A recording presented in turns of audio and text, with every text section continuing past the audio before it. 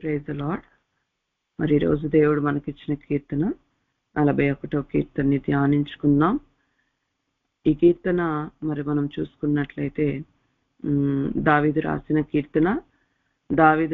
కీర్తన. ఈ కీర్తన అంతా కూడా చదువుతుంటే ఈ కీర్తనలో చూడండి, దావీదుకి 8వ వచనంలో దావీదు అక్కడ అంటాడు చూడండి, కుదరని రోగము వానికి సంభవించినది, వాడు ఈ పడక విడిచి తిరిగి లేవడని చెప్పుకొనుచున్నారు. చూసారా, ఇక్కడ మరి ఒక రకంగా మనం ఈ కీర్తన చదువుతుంటే దావీదుకి మరి రోగంతో బాధపడుతున్నట్లుగా చూడండి. ఎప్పుడైతే ఒక వ్యాధి వస్తుందో ఇక శత్రువు మన మీద అతిశయిస్తూ ఉంటాడు. అసలు ఆ రోగం రావడానికి అసలు ద్వితీయోపదేశ కాండంలో 28వ అధ్యాయంలో మనందరికీ కూడా తెలిసిన వాక్యమే.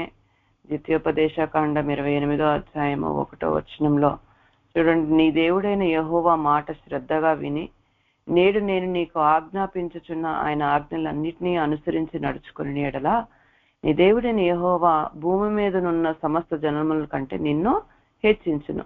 నీ దేవుడైన యెహోవా మాట వినిన ఎడల ఈ దీవెనలన్నీ కూడా నీ మీదకు వచ్చి నీకు ప్రాప్తించును. ఎప్పుడైతే ఇప్పుడు మనం ఎంత చేసినా కానీ దేవుని యొక్క మాట వినడం ఎంతో చాలా ఇంపార్టెంట్ అండి. దేవుని మాట వింటే ఈ దీవెనలన్నీ కూడా వచ్చి నీకు ప్రాప్తిస్తాయి అని చెప్పేసి 28వ అధ్యాయము ద్వితీయోపదేశ కాండంలో 14వ వచనం వరకు కూడా అన్ని కూడా అక్కడ రాయబడి ఉంటాయి. దీవెనలన్నీ కూడా అక్కడ రాయబడి ఉంటాయి. నేడు 14వ వచనంలో, నేడు నేను నీకు ఆజ్ఞాపించుచున్న నీ దేవుడైన యెహోవా ఆజ్ఞలను విని వాటిని అనుసరించి గైకొని ఎడలా యెహోవా నిన్ను తలగా నియమించును గాని తోకగా నియమింపడు. నీవు పైవాడుగా ఉండువు గాని కిందవాడుగా నువ్వు ఉండవు. దేవుడిచ్చిన ఆజ్ఞ అతిక్రమమే పాపము. ఆయన ఆజ్ఞలను ఎప్పుడు అనుసరించి నడుస్తామో నీకు ఈ దీవెనలన్నీ కూడా వచ్చి మరి నీకు ఆటోమేటిక్గా వచ్చేస్తే మనం ఏం చేయాల్సిన అవసరం కూడా లేదు. అదే అట్లా కాకుండా 15వ వచనం చూడండి, నేడు నీకు ఆజ్ఞాపించిన ఆయన సమస్తమైన ఆజ్ఞలను కట్టడలను నీవు అనుసరించి నడుచుకొనవలనని నీ దేవుడైన యెహోవా సెలవిచ్చిన మాట వినని ఎడల, ఒకవేళ వినకపోతే ఈ శాపములన్నీ నీకు సంభవించును. అక్కడ కిందంతా కూడా చదువుకున్నట్లయితే శాపాలు, అసలు ఎన్ని రోగాల గురించి రాయబడి ఉంటుందో అక్కడ రోగాల గురించి రాయబడి ఉంటది. ఈరోజు మరి అసలు ఈ కీర్తన చదువుతుంటే నేను మరి ధ్యానిస్తూ ఉన్నప్పుడు దావీదు మరి ఒక అనారోగ్య పరిస్థితితో బాధపడుతున్నప్పుడు దావీదు చూడండి, ఆ శత్రువు ఇక అయిపోయింది, ఈయన పని అయిపోయింది అని అనుకోవచ్చు. అందుకే దావీదు అక్కడంతా కూడా ప్రార్థన చేస్తున్నాడు, అడుగుతున్నాడు.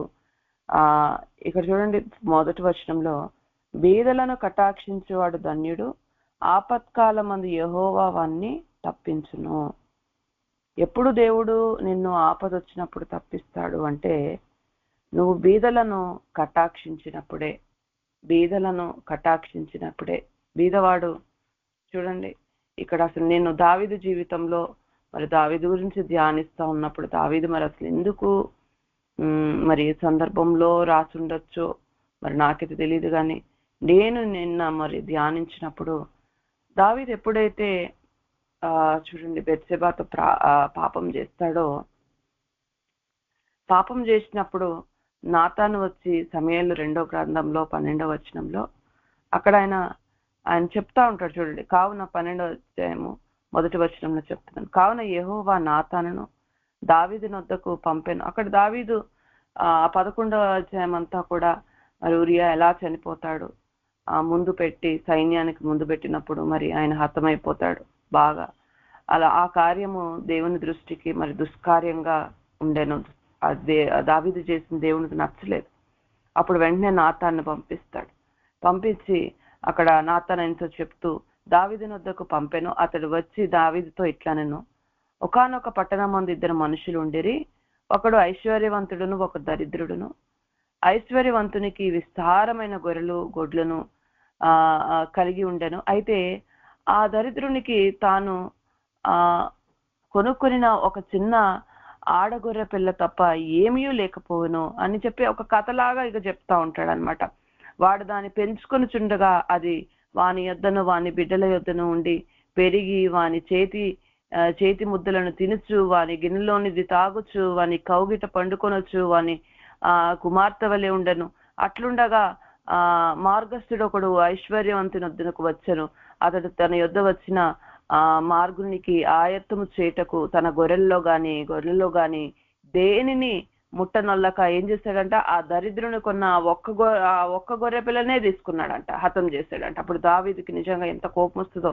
దావీదు మాట విని ఆ మనుష్యుని మీద బహుగా కోపించుకొని, యెహోవా జీవముతోడు నిశ్చయముగా ఈ కార్యం చేసిన వాడు మరణపాత్రుడు, వాడు కనికరము లేక ఈ కార్యం చేసిన గనక ఆ గొర్రె పిల్లకు ప్రతిగా 4 గొర్రె పిల్లలను ఇవ్వాలనని నాతానుతో అని. నాతాను దావీదును చూసి ఆ మనుష్యుడవు నువ్వే ఆ పని చేసింది అని అన్నప్పుడు నిజంగా అక్కడ చూడండి, ఇశ్రాయేలు దేవుడని యెహోవా సెలవిచ్చినది ఏమనగా, ఇశ్రాయేలు మీద నేను నిన్ను రాజుగా పట్టాభిషేకం చేసి సౌలు చేతిలో నుండి నిన్ను విడిపించి నీ యజమాని నగరునికి నీకు అనుగ్రహించి నీ యజమాని స్త్రీలను నీ కౌగిట చేర్చి ఇశ్రాయేలు వారిని యూదా వారిని నీకు అప్పగించి తిని ఇది చాలదని నీవు అనుకొని ఎడలా నేను మరి ఎక్కువగా నీకు ఇచ్చి ఉందును.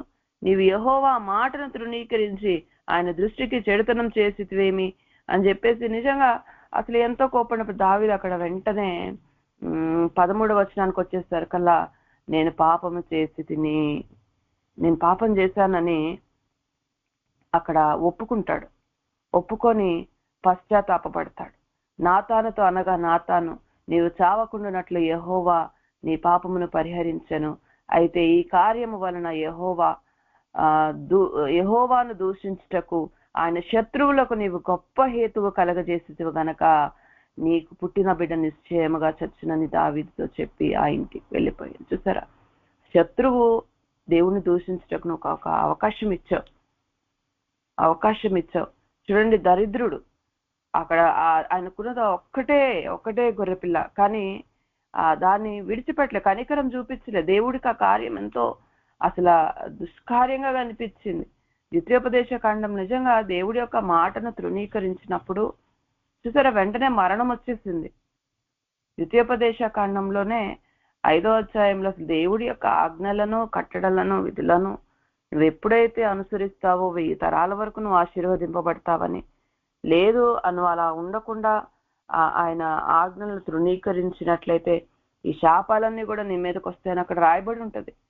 ద్వితీయోపదేశ కాండం 5వ అధ్యాయం 21వ వచనంలో చూడండి, నీ పొరుగువాని భార్యను ఆశింపకూడదు, నీ పొరుగువాని ఇంటినైనను వాని పొలమునైనను వాని దాసునైనను వాని యొద్దనైనను వాని గాడిదనైనను నీ పొరుగువానిది ఏదియో నువ్వు ఆశింపకూడదు. చూడండి, ఆజ్ఞను అతిక్రమించాడు. ఈరోజు దేవుని యొక్క మాట వినడమే, మాట వింటే చాలండి, దీవెనలన్నీ కూడా వస్తాయి. ఈరోజు బీదలను నువ్వు కటాక్షించు. నువ్వు బీదవాడు. సామెతలు 22లో ఒక మాట ఉంటుంది, చదువుదాం. 22:22లో దరిద్రుని దోచుకునవద్దు. ఆడ అసలే దరిద్రుడు. ఆ దరిద్రుడిని నువ్వు దరిద్రుడని దోచుకున్నావు అనుకోండి, దోచుకోవద్దు అంటున్నాడు. గుమ్మమునొద్ద దీనులను బాధపరచవద్దు, నువ్వు బాధ పెట్టద్దు. దరిద్రుడికి అసలు ఎవరు సహాయం చేయరు. ఈరోజు బీదలను కటాక్షించేవాడు, బీదలను సామెతల్లోనే ఉంటది 19వ అధ్యాయం 17వ వచనం, నువ్వు బీదలను కనికరించేవాడు యెహోవాకు అప్పించువానితో సమానంగా. ఈరోజు బీదవాడిని నువ్వు కనికరించకపోతే, నువ్వు జాలి చూపించకపోతే, వాళ్ళ మీద దయ చూపించకపోతే, దేవుడు నువ్వు రోగంతో ఉన్నప్పుడు నిన్ను పట్టించుకోడు. బీదలను బాధించేవాడు తన సృష్టికర్తను బాధించేవాడు. ఈరోజు బీదలను కటాక్షించేవాడు ధన్యుడు. కటాక్షించలే దావీదు. కానీ ఎప్పుడైతే చూడండి, నీ హృదయంలో పాపాన్ని నువ్వు లక్ష్యం చేస్తే దేవుడు నీ ప్రార్థన వినడు. హృదయంలో కానీ లక్ష్యం చేస్తేనే వినడు. ఈరోజు బీదలను కటాక్షించేవాడు ధన్యుడు. ఆపత్కాలం మన రోగం వచ్చింది, ఒక సమస్య వచ్చింది, నిజంగా ఆ సమస్యలో ఇక ఏమవుతుందో తెలుసా, నీ దేవుడు ఏమాయనని వారి నిత్యము నాతో అనుచుండగా రాత్రింబగులు నా కన్నీళ్లు నాకు అన్నపానములు ఆయనని ఇక మొదలు ఇక రోగం వచ్చి ఏమైంది, నీకే వచ్చింది, ఎందుకు నువ్వు ఇంతగా ఇది చేస్తావు కదా, అది చేస్తావు కదా, ఇది చేస్తావు కదా అని అనాల్సిన పరిస్థితులు మన జీవితంలో వస్తాయి. అందుకే దావీదు ఎప్పుడైతే నాతాను ప్రవక్త వచ్చి చెప్పాడో వెంటనే సరి చేసుకున్నాడండి. ఇంకా అలాంటి సిచ్యువేషన్ బైబిల్లో మనం ఎక్కడ కూడా చూడం.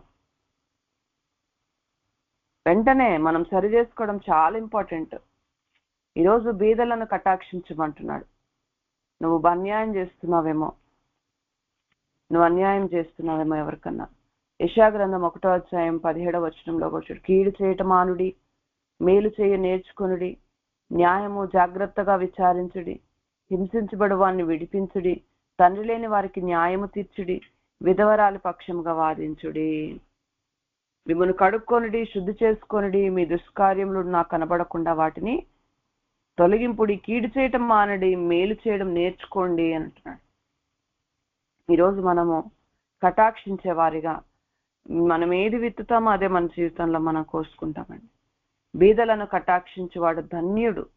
ఎవరు ధన్యుడు అంటే ఈరోజు నువ్వు బీదలకు సహాయం చేస్తే, బీదలను పట్టించుకుంటే, మరి ఆర్థికంగా అవసరతలో ఉన్నవారు ఉన్నారేమో, మనము వాళ్ళు అడిగినంత చేయలేకపోవచ్చు, కానీ ఎంతో కొంత మనం వాళ్ళకి సహాయం చేసేవారిగా, బీదలను పట్టించుకునే వారిగా, లేకపోతే చూడండి వాక్యం తెలియని వాళ్ళు కూడా బీద వాళ్ళే.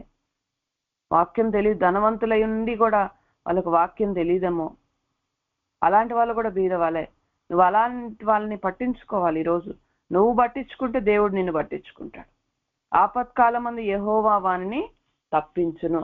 అప్పుడు నిజంగా నీకు ఆపద వచ్చినప్పుడు దేవుడు ఖచ్చితంగా నిన్ను తప్పిస్తాడు.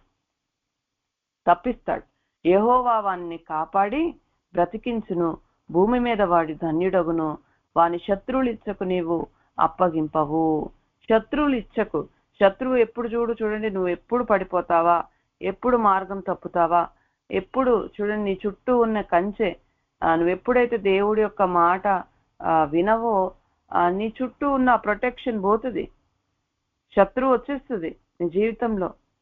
దొంగ ఎందుకు వస్తాడండి? దొంగ వచ్చి అంతా మొత్తం కూడా నీ జీవితాన్ని నాశనం చేయడానికి వస్తాడు, నీ సంతోషాన్ని దొంగిలించడానికి వస్తాడు. శత్రువు ఇచ్చే అదే, నువ్వు దుఃఖపడాలి, ఏడవాలి, రోజు ఏడవాలి, నీ జీవితంలో నష్టం అనుభవించాలి. ప్రతిరోజు బాధ, దుఃఖము, వేదన, ఇదే సంతోషం ఉండద్దు. అదే శత్రువు కోరుకునేది. ఈరోజు నువ్వు బీదలను కటాక్షించకపోతే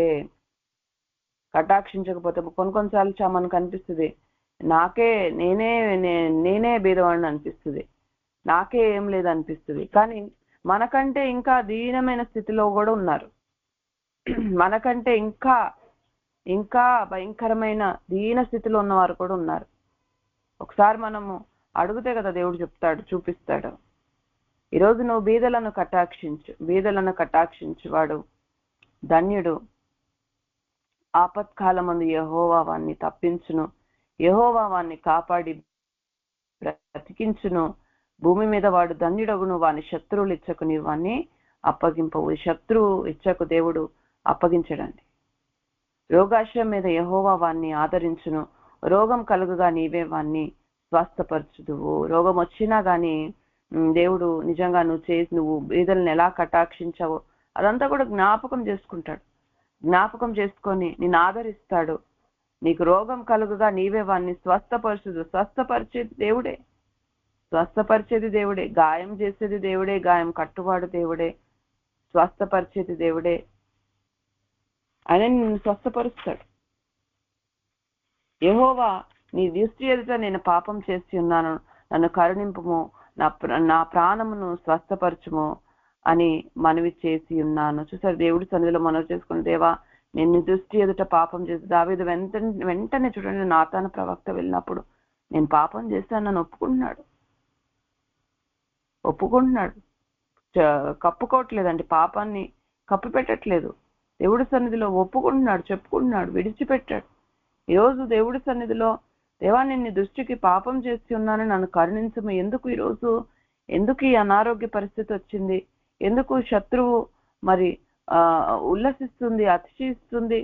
దేవా నేను పాపం చేశాను, నీ సన్నిధిలో నేను ఎక్కడో తప్పు చేశానయ్యా, నీ ఆజ్ఞను ఎక్కడో నేను మీరాను ప్రభా, నేను ఎక్కడో తప్పు చేశాను అని నిజంగా మనము సరిచేసుకోవాలి అని మన హృదయంలో ఉంటే దేవుడు సన్నిధికి వెళ్ళినప్పుడు ఖచ్చితంగా నీ పాపం ఏంటో దేవుడు చూపిస్తాడండి.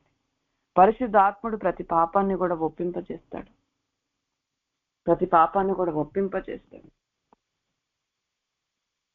ఒప్పింపజేసినప్పుడు నిజంగా యేసు ప్రభు యొక్క రక్తం ద్వారా మనము కడగబడినప్పుడు యెషయా గ్రంథంలో చూడండి, యెషయా గ్రంథంలో ఒక మాట చదువుదాం, 53వ అధ్యాయంలో ఆయన నీ అతిక్రమముల నిమిత్తమే, నీ దోషముల నిమిత్తమే 5వ అధ్యాయంలో ఉంటది, నా అతిక్రమములను బట్టి అతడు గాయపరచబడెను, మన దోషములను బట్టి నలగొట్టబడెను, మన సమాధానార్థమైన శిక్ష అతని మీద పడెను, అతడు పొందిన దెబ్బల చేత మనకు స్వస్థత కలుగుచున్నది. హల్లెలూయా. ఈరోజు మన అతిక్రమముల కొరకే ఆయన గాయపరచబడ్డాడు. ఇక మనం చేయాల్సింది ఏం లేదు. మనం ఆయన దగ్గరికి వెళ్ళి ఆయన సన్నిధిలో మనము ఒప్పుకున్నట్లయితే నిజంగా మన దోషాలను బట్టియే, మన అతిక్రమములను బట్టియే ఆయన గాయపరచబడ్డాడు, ఆయన నలగగొట్టబడ్డాడని నిజంగా నువ్వు నమ్మితే ఆయన పొందిన దెబ్బల ద్వారా ఈరోజు నీకు స్వస్థత, ఖచ్చితంగా నీకు స్వస్థత దేవుడు ఇస్తాడు. కాబట్టి మొదట నిజంగా మనం ఆయన సన్నిధికి వెళ్ళి, దేవా నీ దృష్టికి నేను పాపం చేశాను, నన్ను కరుణించు ప్రభా, నాకు సహాయం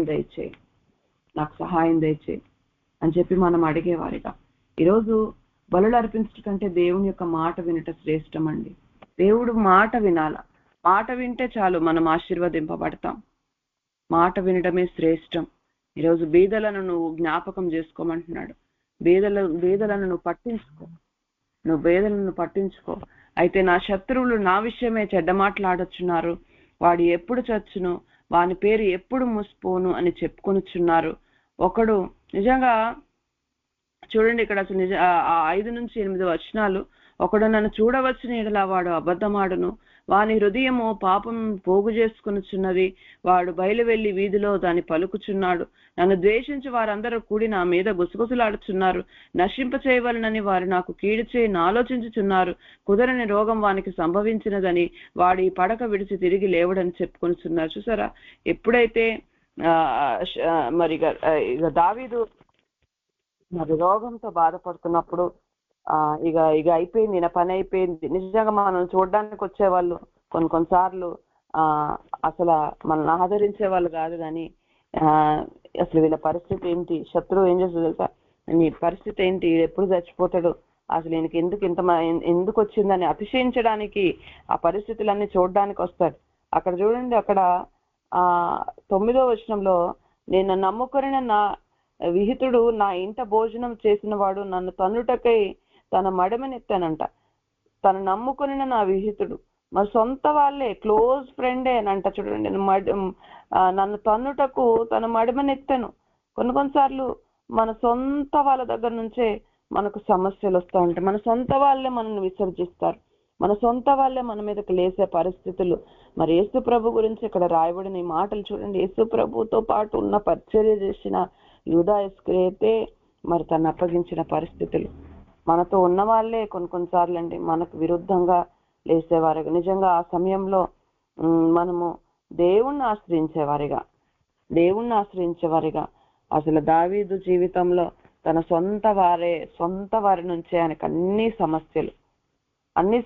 కానీ అన్ని పరిస్థితుల్లో దావీదు యొక్క కీర్తనలు చదువుతుంటే దేవుణ్ణే ఆశ్రయిస్తూ ఉంటాడు. ప్రతిసారి దేవుడి సన్నిధిలో సరిచేసుకుంటా ఉంటాడు. నేను ఎక్కడో దేవునికి విరుద్ధంగా నేను పాపం చేశాను, నన్ను క్షమించయ్యా అని చెప్పి బతిలాడుకుంటా ఉంటాడు. ఈరోజు మరి ఏ రోగముతో ఈరోజు బాధపడుతున్నారో కానీ దేవుని దగ్గరికి వెళ్ళినప్పుడు, మన పాపాలు ఒప్పుకున్నప్పుడు, ఆయన సన్నిధిలో చెప్పుకున్నప్పుడు, ఆయన పొందిన దెబ్బల ద్వారానే మనకి స్వస్థత. కుదరని రోగం వానికి సంభవించినది, వాడి పడక విడిచి లేవడని వాళ్ళు చెప్పుకొనిచున్నారు.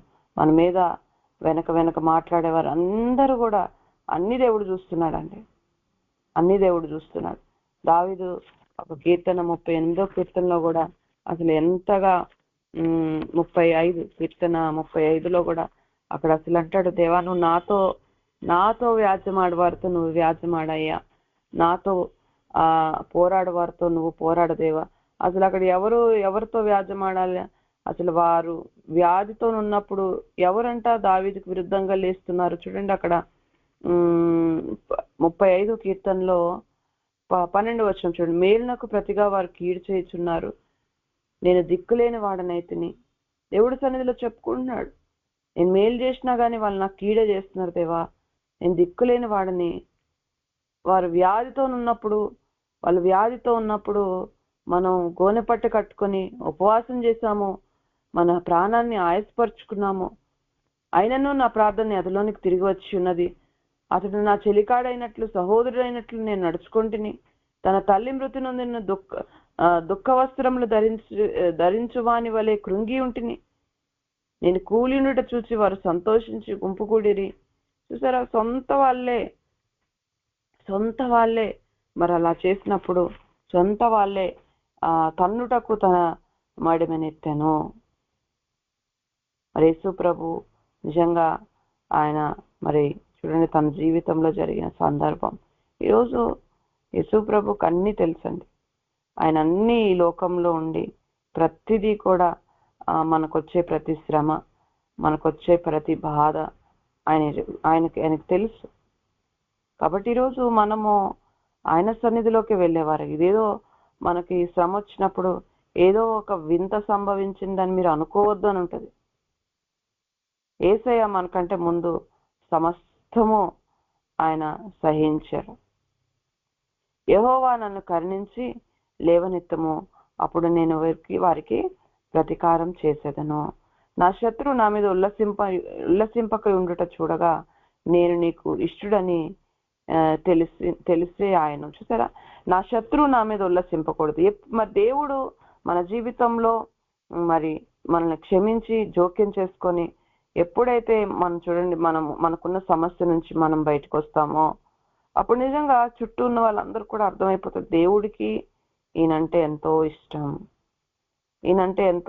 కాబట్టి దేవుడు చూసావా ఆ సమస్య నుంచి కూడా వాళ్ళని బయటకు తీసుకొచ్చాడు, ఆ రోగం నుంచి కూడా వాళ్ళు బయటకు తీసుకొచ్చాడు అని చూసే వాళ్ళందరూ కూడా తెలుసుకోవాలయ్యా. కాబట్టి నువ్వు నన్ను కరుణించు, నేను ఇప్పుడు లెగాల, నిజమే నాకు ఇప్పుడు ఈ రోగం వచ్చింది, నేను ఎదుట పాపం చేశాను, నేను సన్నిధిలో నేను ఒప్పుకొనిచున్నాను, కానీ నా శత్రువు నా మీద ఉల్లసింపకూడదయ్యా, నా శత్రువు నా మీద ఉల్లసింపకూడదు. కాబట్టి ఇప్పుడు నువ్వు నన్ను కరుణించు అని దేవుడి సన్నిధిలో బతిమలాడుకుంటున్నాడు. ఈరోజు మనము ఆయన సన్నిధిలో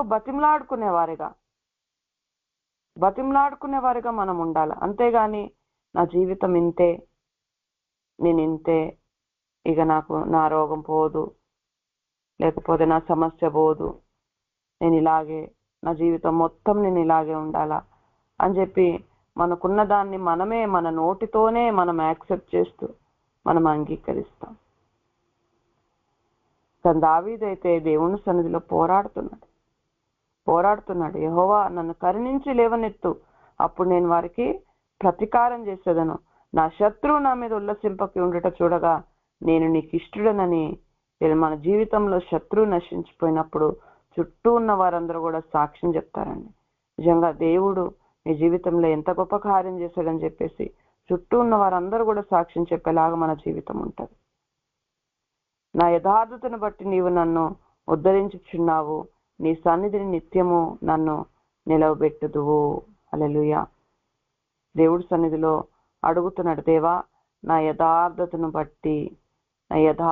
బట్టి నీవు నన్ను ఉద్ధరించుచున్నావు, నీ సన్నిధిని నిత్యము నన్ను నిలవబెట్టుదువు. యథార్థత చూడండి, దేవుడు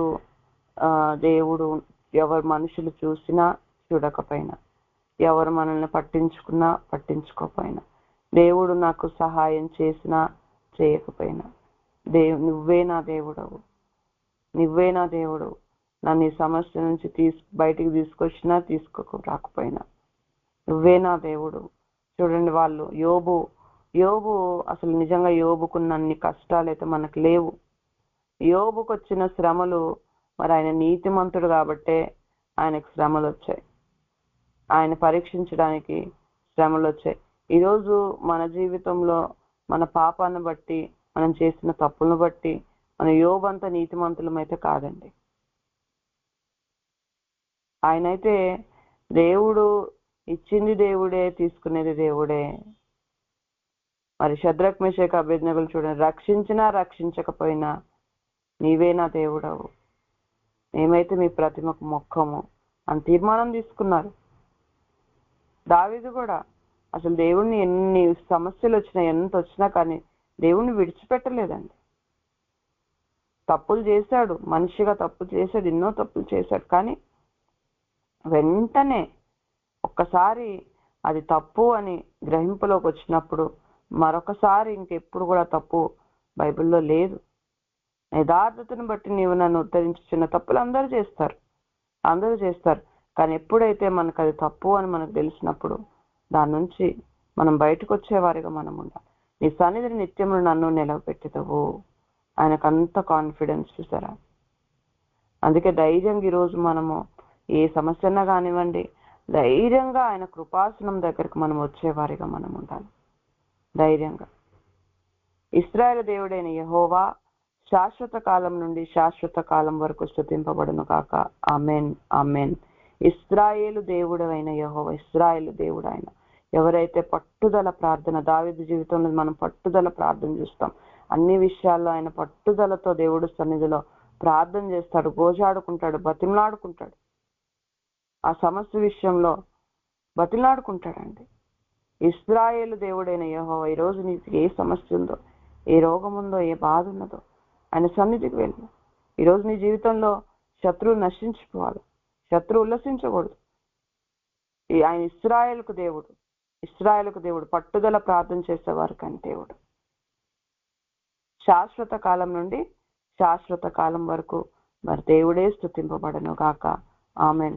కాబట్టి ఈరోజు మరి చెప్పబడిన మాటలను బట్టి మనం సరిచేసుకుందాం. ఈరోజు బీదలను కానీ నువ్వు కటాక్షించినట్లయితే దేవుడు నిన్ను ఆపత్కాలంలో ఖచ్చితంగా నిన్ను ఆదుకుంటాడు, నిన్ను తప్పిస్తాడు. నీకు రోగం వచ్చినా కానీ దాంట్లోంచి దేవుడు నిన్ను విడిపిస్తాడు, నిన్ను బ్రతికిస్తాడు. ఆయన నీ శత్రువు ఇచ్చకు నిన్ను అప్పగించడు. కాబట్టి ఈరోజు అడుగుదాం, దేవా. అర్థం కాకపోతే, దేవా ఈరోజు బీదవాడు ఎవరు? బీదవాడు తన చుట్టాలందరికీ కూడా అసహ్యుడే. బీదవాడు ఎవరు ప్రభువా? బీదలు, దరిద్రులు, నిరుపేదలు ఎవరయ్యా? నువ్వు నాకు చూపించు.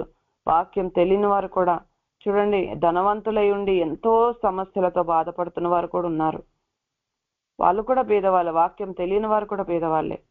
ఆర్థిక ఇబ్బందులతో మనకంటే ఇంకా భయంకరమైన దీనస్థితిలో మనమే బీదవాళ్ళమేమో, మనకంటే బీదవాడై ఉండొచ్చు. ఏ విధంగా దేవా నాకు చూపించు, నువ్వు చెప్తే నేను ఖచ్చితంగా సహాయం చేస్తానయ్యా, ఖచ్చితంగా సహాయం చేస్తానని తీర్మానం తీసుకుందాం. ఈరోజు తీర్మానం తీసుకున్నట్లయితే ఖచ్చితంగా దేవుడు చూడండి, రోగాశ్రయం మీద యెహోవా వారిని ఆదరించును. రోగం కలుగగా నీవే వారిని స్వస్థపరుస్తాడు, నిన్ను ఆదుకుంటాడు. అంతేకాకుండా దేవుడు మరి నీ శత్రువు ఇచ్చకి నిన్ను అప్పగించడు. కాబట్టి ఈరోజు చెప్పబడిన మాటలను బట్టి సరి చేసుకుంటూ ముందుకు సాగుదాం. ఈ కొద్ది మాటలు దేవుడు మన వెనుకల్లో నూరంతలుగా ఫలింపచేయనుగాక. ఆమేన్. హబక్కూకు 3:19. హబక్కూకు, ప్రవక్త హబక్కూకు గ్రంథము 3వ అధ్యాయము 19వ వచనం. ప్రభువకు యెహోవాయే నాకు బలము, ఆయన నా కాళ్లను లేడి కాళ్ల వలె చేయును, ఉన్నత స్థలముల మీద ఆయన నన్ను నడవజేయును. ప్రార్థన చేసుకో. పరలోకమందున్న మా తండ్రి, దేవా నీకు స్తోత్రం, అయ్యా నీకు స్తోత్రము తండ్రి. దేవా నాయన తండ్రి, నాయన నువ్వే మాకు బలము దేవా. మా కాళ్ళను లేడి కాళ్ళ వలె చేసి అయ్యా తండ్రి నాయన ఉన్నత స్థలముల మీద నడిపిస్తానంటున్నాం. మరి తండ్రి నాయన మా బలం అంటే ఏంటి? మరి మేము మా కాళ్ళ లేడి కాళ్ళ వలె చేయటువంటి ఏంటి దేవా? మరి ఉన్నత స్థలముల మీద నడవటువంటి ఏంటి? మాకు మరి ఏం చేస్తే నువ్వు మాకు బలంగా ఉంటావు? దయచేసి మాకు బయలుపరచమని నాయన తండ్రి, ఈరోజు నేను కాదు, నాలో నుంచి నువ్వే మాట్లాడండి తండ్రి. నాయన తండ్రి, నా సొంత ఆలోచన ఏది కాదు, నీ స్వరమే మేమందరం వినాలి దేవా తండ్రి. నాయన తండ్రి, నాయన నువ్వే మాతో మాట్లాడి మమ్మల్ని అందరినీ బలపరచమని యేసుక్రీస్తు నామములో గోజాడి వేడుకుంటున్నాము తండ్రి. ఆమేన్. హబక్కూకు 3వ అధ్యాయం 19వ వచనం. ప్రభువగు యెహోవాయే నాకు బలము, ఆయన నా కాళ్లను లేడి కాళ్ళ వలె చేయును, ఉన్నత స్థలముల మీద ఆయన నన్ను నడువ చేయును. ఇది హబక్కూకు గ్రంథంలో ఈ హబక్కూకు ప్రవక్త గారు చెప్తున్నారు ఏమని, ప్రభువగు యెహోవాయే నాకు బలం. మరి బలం అంటే ఏంటండి? బలం అంటే మనం అనుకుంటా అంటే ఇప్పుడు మామూలుగా బలవంతులు ఉంటారు కదా, వాళ్ళు ఇట్లా మజిల్స్ ఇట్లా చూపిస్తా ఉంటారు, బాడీ బిల్డర్స్ అందరూ. అదా బలం అంటే? బలం అంటే ఏంటి? బలహీనుల దౌర్బల్యాన్ని భరించటకు బలవంతులమైన మనము బద్ధులమై ఉన్నాము. బలహీనులు అంటే ఎవరు? బలహీనులు అంటే కోపపడేవాళ్ళు, లేకపోతే కక్ష తీర్చుకునే వాళ్ళు, లేకపోతే ఈర్ష్య పడేవాళ్ళు, ఇంకా గర్వంగా ఆలోచించే వాళ్ళు, అహంకారంగా మాట్లాడేవాళ్ళు, వీళ్ళందరూ బలహీనులు అన్నమాట. అయితే ఈ బలహీనులు, మరి మనం ఇప్పుడు యేసుక్రీస్తు వారిని చూసుకున్నట్లయితే ఆయన ఎంత బలవంతుడండి అసలు. ఆయన ఈ వారం అంతా ఎక్కువ దాని గురించి నేను ధ్యానించాను. పేతురు 3 సంవత్సరాలు 3.5 సంవత్సరాలు యేసుక్రీస్తు వారితో ఉన్నాడు. ఉండి ఆయన అసలు అన్నిటికీ ఫస్ట్ ఉండేవాడు. అన్నిటికీ నేనే ఫస్ట్ అన్నట్టు వచ్చేవాడు ఆయన పేతురు. అయితే ఆయన యేసుక్రీస్తు వారు అప్పుడు ప్రభురాత్రి భోజనం అప్పుడు చెప్తారు, దేవా నేను అసలు నిన్నైతే ఎప్పుడు వదిలిపెట్టను, మరణం దాకా నేను నిన్ను వెంబడిస్తానంటాడు. అంటే అప్పుడు యేసుక్రీస్తు వారు చెప్తారు, నువ్వు ఈ రాత్రికే నేను ఎవరో తెలియదు అని 3 సార్లు అంటావని. అసలు లేదు నేను ఎందుకంటా అంటాడు. ఆ రాత్రి సోల్జర్స్ తీసుకెళ్లిపోయినప్పుడు మళ్ళీ అతను మరి ఆ పిలాతు ఇంటి దగ్గర అక్కడికి వెళ్ళినప్పుడు అక్కడ 3 సార్లు నిజంగానే పేతురు, నువ్వు ఆ నజరేయుని యేసుతో నువ్వు ఉన్నావు కదా అంటే, లేదు నేను ఎక్కడున్నాను, లేదని చివరికి అందరిని తిట్టి కర్సెస్ చేసి ఇట్లా అదేంటి నేను అసలు అంత లేను అని చెప్పేసి ఒప్పించడానికి ప్రయత్నిస్తా ఉంటాడు. అప్పుడు యేసుక్రీస్తు వారు అటు వెళ్తే అతని వైపు ఒకసారి చూస్తారు. తర్వాత మళ్ళీ యేసుక్రీస్తు వారు మరణం పొందుతారు. లేచి వచ్చాక అప్పుడు పేతురు ఇక్కడ మనకు తెలిసినటువంటి చేపలు పట్టడానికి వెళ్ళినప్పుడు పేతురు మళ్ళీ వాళ్ళు కలుసుకున్నప్పుడు యేసుక్రీస్తు వారు, ఏంటి పేతురు 3.5 సంవత్సరాలు నువ్వు నాతో ఉండి మరి నేను తెలియదు అన్నావే అని ఒక్క మాట అడగరు. పేతురు నువ్వు నన్ను ప్రేమిస్తున్నావా అని అడుగుతారు.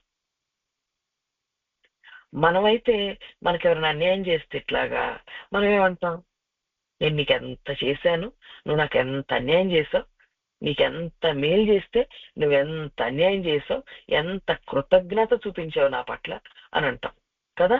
కానీ మరి ఆయనతో పాటు ఉన్న యూదా ఇస్కరియోతు వాళ్ళందరికీ యేసుక్రీస్తు వారు ఆయనకి తెలుసు నన్ను ఇట్లా యూదా అప్పగించబోతున్నాడు అని. కానీ ఆయన తగ్గించుకుని వాళ్ళందరి కాళ్ళు కడుగుతాడు. అది యేసుక్రీస్తు వారి బలం. ఆయన్ని మరి తీసుకెళ్ళినప్పుడు ఆ సోల్జర్స్ అందరూ కూడా ఆయన్ని పిడిగిద్దులు గుద్దుతారు, ముఖం మీద ఉమ్మోస్తారు, తర్వాత ఆ నెత్తి మీద ఆ ముళ్ళ కిరీటం పెడతారు. అన్ని పెట్టినా ఆయన ఒక్క క్షణం ఒక్కసారి తండ్రి అంటే ఆయన పక్కన ఎన్నో కోట్ల దేవదూతలు వచ్చి నిలబడతారు. మరి ఒక్క దేవదూత బలం ఏంటంటే మనం చూసినట్లుగా ఒక్క దేవదూత 1,82,000 మంది సోల్జర్స్ ని చంపగలిగిన శక్తి కలిగినటువంటి దేవదూతలు. అలాంటి దేవదూతలు సమూహాన్ని దేవుడు పిలిస్తే రాగలరు. అంత బలం అంటే అంతమందిని అసలు అంత సోల్జర్స్ అందరినీ చంపేయగలరు. ఆ రాజ్యాన్ని అంతట్లో ఆయన ఎదురుగుండా ఉన్న పిలాతుని అందరినీ చంపేయగలిగిన శక్తి ఉండి కూడా నోరు మెదపకుండా అలా మౌనంగా ఉండటమే బలం అంటే. అది బలం అంటే. కానీ మనకి ఎవరైనా గనక మనల్ని గనక బాధ పెడుతున్నారనుకోండి, మనల్ని కష్టం కలగజేస్తున్నారు, లేకపోతే మనకు అన్యాయం జరుగుతుంది, ఏదైనా మనకు అలా అన్యాయం జరిగినప్పుడు యేసుక్రీస్తు వారిలాగా మనకి కోపం, మనకు ఉద్రేకం, తర్వాత ఎలాగైనా నా పేరు, మనల్ని ఎవరైనా నిందేశారు, ఎలాగైనా నా పేరు నేను క్లియర్ చేసుకోవాలి, ఎలాగైనా నేను రైట్ అని చూపించుకోవాలి అని మనం పడే తాపత్రయం, ఇవంతా కూడా మన బలహీనత. ఈ బలహీనత అంతటిని నేను రైట్, నేను దీనిలో నేనెంత పవర్ఫుల్లో చూపించాలి అని మనందరం ప్రయాసపడతాం. కానీ నేను పవర్ఫుల్, ఎంత పవర్ఫుల్లో, దీనిలో నాకెంత అంటే నేనేం చేయగలను ఈ పరిస్థితులను చూపించుకోవాలనుకునే వాళ్ళందరూ బలహీనులే. మరి బలవంతులంటే ఎవరు? ఆ ప్రతి పరిస్థితిని తట్టుకునే వాళ్ళు బలవంతులు. ఎంత అవమానం జరిగినా యేసుక్రీస్తు వారిలాగా, ఎంత హీనంగా చూడబడినా, సిలువ వేయబడినా సరే నోరు మెదపకుండా ఉండటమే, అంటే దేవుడి చిత్తంలో ఉండటమే. దేవుడు ఎలా నడిపిస్తే, ప్రభువుకు యెహోవాయే నా బలం అంటే యేసుక్రీస్తు వారు, దేవుడు మనల్ని ఇప్పుడు కనుక నువ్వు నోరు తెరవద్దు అంటే అది నువ్వు నోరు తెరవకుండా ఉంటే అది నీకు బలం. ఇప్పుడు నువ్వు మాట్లాడు, ఇలా మాట్లాడు అని, ఏం మాట్లాడాలి దేవా, ఎలా మాట్లాడాలి దేవా అని దేవుడిని అడిగి మనం అది మాట్లాడటమే అది బలం. లేదంటే దేవుడు ఇలా చెయ్యి అంటే, ఎలా వీళ్ళని ఇంకా ప్రేమించు అంటే అలా ప్రేమించటమే బలం అన్నమాట. అది దేవుడు మనకిస్తేనే వస్తుంది. మన సొంతగా మనకు అలాంటి తట్టుకునే శక్తి అనేది మనకు రాదు. అందుకని ప్రభువకు యెహోవాయే నా బలం. ఆయన ఏం చేస్తాడంట, నా కాళ్ళను లేడి కాళ్ళ వలె చేయును. మనం ఇప్పుడు లేడీని చూసుకున్నట్టయితే లేడీకి సన్నగా ఉంటాయి కాళ్ళు. లేడీ స్పీడ్ అంట 100 km/h పరిగెడుతుందంట లేడీ. అయితే సింహం, ఈ పులి, చిరుతపులి, ఇవన్నీ కూడా, చిరుతపులి ఫాస్ట్ అయినా సరే 60 km/h పరిగెడతాయంట.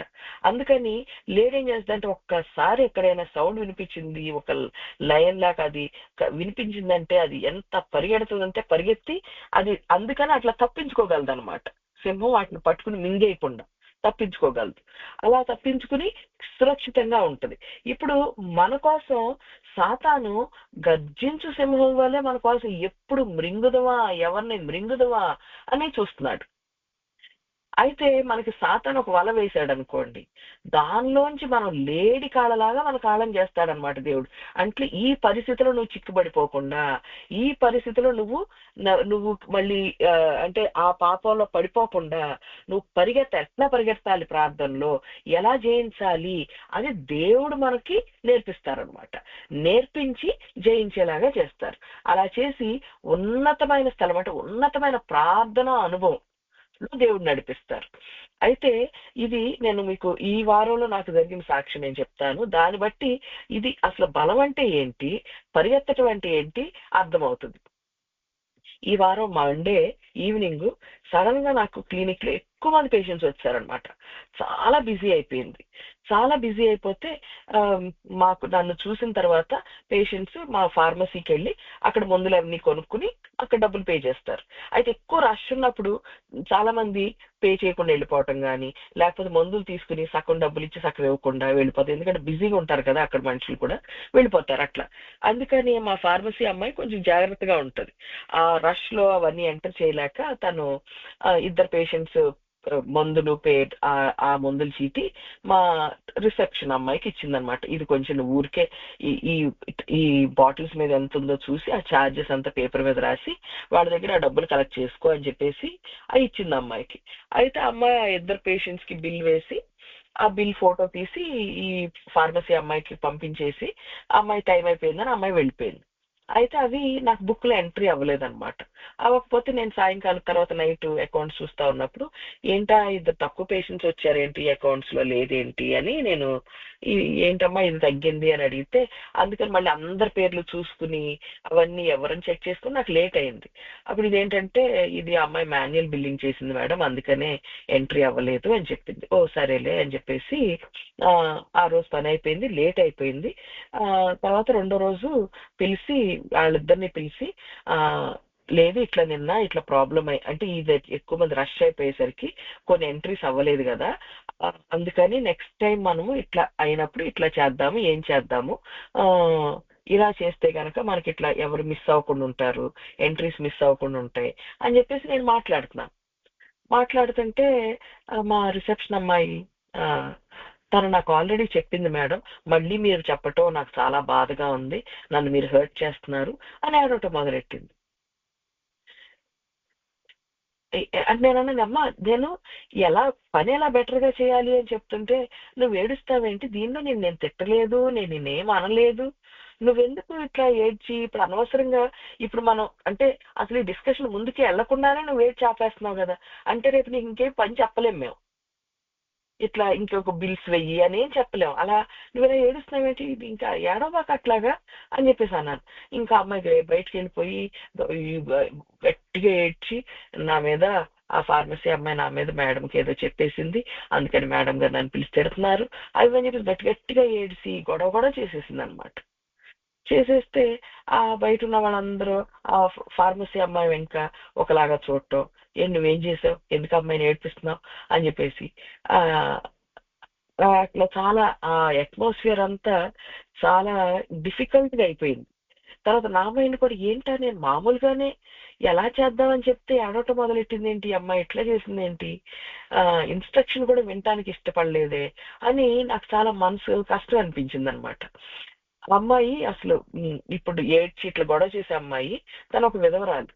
ఆ విధవరాలని నేను చాలా జాలిపడి ఆ అమ్మాయిని చాలా ఆదరించి, ఈ మధ్య కాలంలో కూడా తనకు అనారోగ్యం అయితే అవన్నీ ట్రీట్మెంట్ మా క్లినిక్ లోనే, నాకైతే అది జరగదు మా క్లినిక్ లో అవన్నీ, కానీ నేను స్పెషలిస్ట్ ని పిలిపించి ఆ ట్రీట్మెంట్స్ అని ప్రొసీజర్ అని మా క్లినిక్ లో ఎన్నో ఎక్కడికెక్కడికి వెళ్ళి ఇన్స్ట్రుమెంట్స్ తీసుకొచ్చి తెప్పించి ఆ చాలా పని చేయించాను, తన కోసం నేను చాలా శ్రమ పడ్డాను. ప్రతిసారి నా కోసం మేడం చాలా చేశారు, అసలు మేడం నాకు ఎంత సపోర్ట్ గా ఉన్నారు అని ప్రతిసారి నేను థ్యాంక్స్ చెప్తే మీరు తీసుకోవాలి మేడం అని చెప్పేసి ఎప్పుడు నన్ను పొగుడుతూ ఉంటుంది. నేను అనుకున్నాను ఎక్కడో కొడతాడు దేవుడి అమ్మాయి అంటే దూరం చేస్తాడు నాకు ఈ అమ్మాయిని, బాగా పొగుడుతుందమ్మా, అట్లా నన్ను పొగడకూడదమ్మా తప్పు అని చెప్పినా కానీ కాదు మేడం, నేను థ్యాంక్స్ చెప్తున్నాను మేడం, మీరు యాక్సెప్ట్ చేయాలి, మీరు యాక్సెప్ట్ చేయాలని ప్రతి ప్రేయర్ మీటింగ్ లో క్లినిక్ లో కూడా ఎప్పుడు మేడం నాకు అంత చేశారు, మేడం నాకు ఎంత చేశారు అని చెప్తా ఉంటది. అయితే ఇక్కడ ఇంత చెప్పే అమ్మాయి ఏంటి ఇట్లాగా అసలు మాట కూడా వినకుండా ఏడ్చి నేనేదో తప్పు చేసేసినట్టుగా ఇలా అట్మాస్ఫియర్ అంతా అన్నెసరీ స్పాయిల్ చేసిందే అనుకున్నాను. సరే అని చెప్పేసి సాయంకాలం దేవుడు మరి నేను చాలా కోపం వచ్చింది నాకు, ఏంటి ఇట్లా చేస్తుంది, ఇట్లా పనులు మరి కరెక్ట్గా చెయ్యాలి, ఎలా చేద్దాం చెప్పకుండా ఎలా ఉంటాం, ఓనర్ నాకు చెప్పకుండా ఎలా ఉంటారు పని చేసే వాళ్ళకి. అందుకని నేను చాలా కోపం వచ్చి నేను మింగుకుని ఇంటికి వచ్చి ప్రేయర్ చేసి, దేవా మరి ఇట్లా అయింది ఏం చేయమంటావు నువ్వు అని అడిగాను దేవుడు. దేవుడు అన్నాడు, నువ్వు వెళ్ళి అమ్మాయితో చెప్పు, చూడమ్మా నేనేమి తప్పు పట్టట్లేదు, నేను నీకు చెప్తున్నాను ఈ పని ఇలా చెయ్యాలి, ఎలా బెటర్ గా చేయాలి చెప్తున్నాను, ఓకే, దానిలో నువ్వు యాడ్ అవటం ఇవన్నీ అంత సబబుగా లేదు, దట్స్ నాట్ రైట్, అట్లా చెయ్యకు, ఏదైనా ఇన్స్ట్రక్షన్ చెప్పినప్పుడు సరే మేడం చేస్తాను అంతే, అంతకంటే ఎక్కువ ఎక్స్పెక్ట్ చేయట్లేదు కదా నీ దగ్గర నుంచి, నేను తిట్టట్లేదు కదా అని అన్నారు దేవుడు. నేను సరే అని చెప్పేసి వెళ్ళి చూడమ్మా ఇది ప్రొఫెషన్, వర్క్ అన్నాక ఇక్కడ ప్రొఫెషనల్ గా ఉండాలి, ఇప్పుడు నీ పని ఎలా బెటర్ గా చేయాలి చెప్తున్నాను, దానిలో నువ్వు ఏడ్చి ఇట్లా చేయటం అంత బాగాలేదమ్మా అన్నాను. లేదు అసలు మీరు నా పాయింట్ ఆఫ్ వ్యూ వినట్లేదు అన్నాను. నీ పాయింట్ ఆఫ్ వ్యూ ఏంటి, నువ్వు ఆల్రెడీ బిల్స్ చేసావు నాకు తెలుసు అది, అంటే మీరు నా మాట వినట్లేదు మేడం అని చెప్పేసి ఇంకా ఆర్గ్యూ చేస్తుంది. నేను అన్నాను, నేను చెప్పింది విను అంతే, నువ్వు మరీ దానికి ఎందుకు ఆర్గ్యూ చేస్తావు, సరే మేడం చేస్తాను అంతే, నేను ఎక్స్పెక్ట్ చేస్తున్నాను, చేస్తా మేడం, ఓకే మేడం దానికి ఎందుకు ఇంత గొడవ చేస్తావు అంటే మీరు నా మాటే వినట్లేదు అంటుంది.